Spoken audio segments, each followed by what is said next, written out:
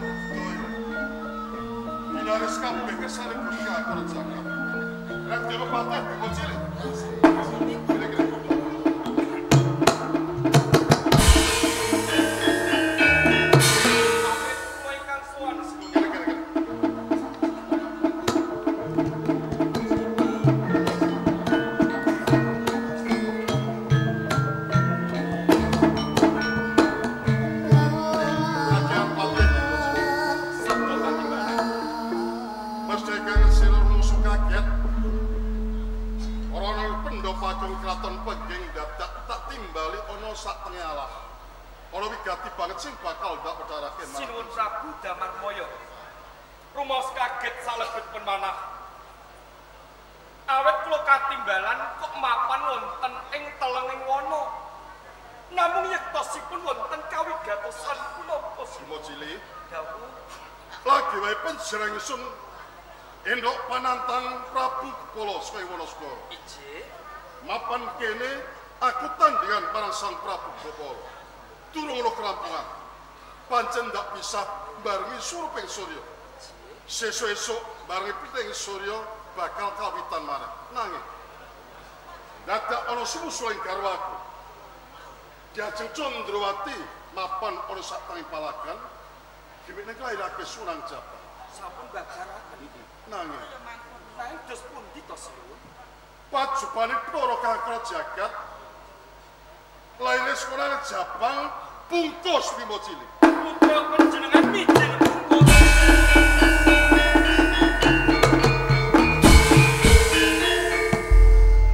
Sinuwun Prabu Damarmaya. Senaosa wedal sapunika panjenengan dalem katemben kemawon nampi pacoban saking ngersanipun Bathara. Nanging sinuwun panjenengan kula aturi ampun ngantos kekes ing penggalih jalaran. Panjenengan punika satunggilipun pandom pengayoman ingkang sampun sinembah marang titah sinanjung para priyaga. Sinuwun Prabu Damarmaya, kula kok ngemuti sinuwun. Rikala kula tasih manyiswa wonten ing pertapan ujareng para winasis, ujareng para pinter, yen to wonten satunggilipun putra lair kok mijil bungkus. Putra kala wau saged walaya temaing jati utawi saged badar sinuwun. Bima Cilik, Injih. kang sira ngandhake sing kaya ngono. Ayo dituduhake lan diwerdekake. Kalamun besok putraku sing bungkus iso badar. Nanging kedah wonten syarat lan saranipun. Apa syarat saran-saranane? Saranane Patih Cilik. Kedahipun putra panjenengan ingkang mijil bungkus dipun sudet kanthi tugi ketanireng sinuwun. Ki ketani.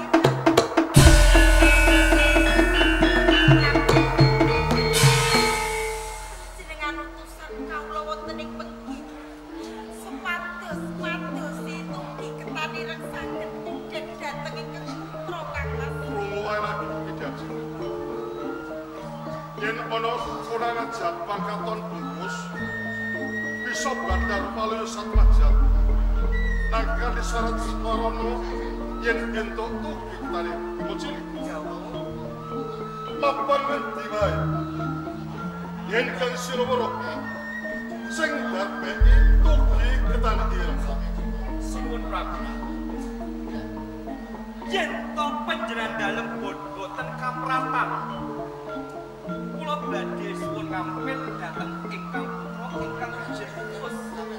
Ing mriku kula badhe ngupati sarana tugi ketanireng. Apa ya? Diajeng Candrawati. Kangmas Prabu Damarmaya. Ora sok masalah sekolah. Sekolah Jabal paringake marang Putra Patih Bima Cilik. Kados ngaten. Patih Bima Cilik. Gusti Putri. Yen pancen kaya ngono putraku bakal tak pasrahke marang Kang. Dengan jaluk kanthi banget. Ing galok entuk srana ing kene putraku bisa badar kaya ngono. Kados mekaten.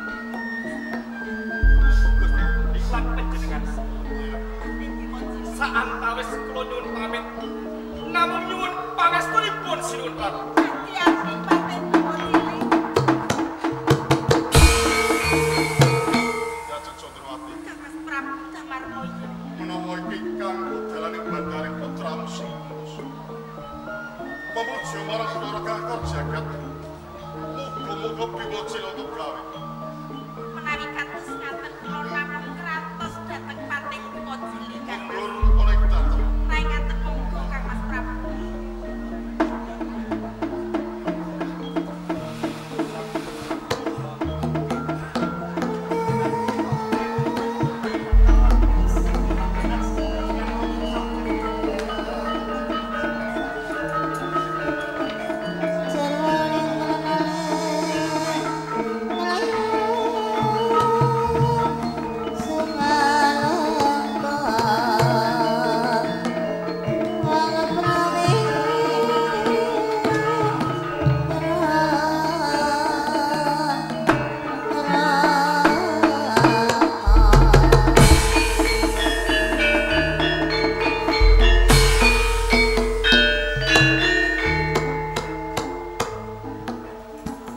dan samar pamuring sukma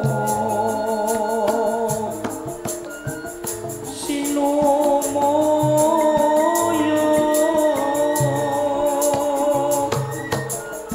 winayu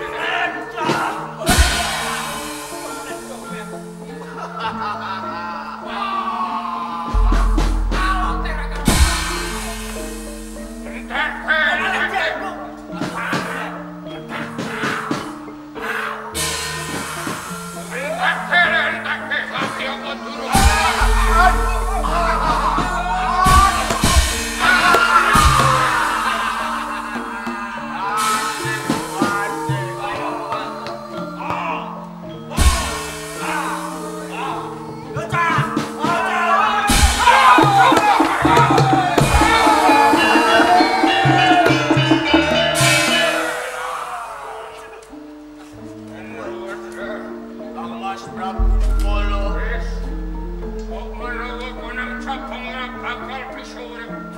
Marayo kanedi, aja golek konang cabang. Marayo mlebu ana teng Mintoratya. Ora tau.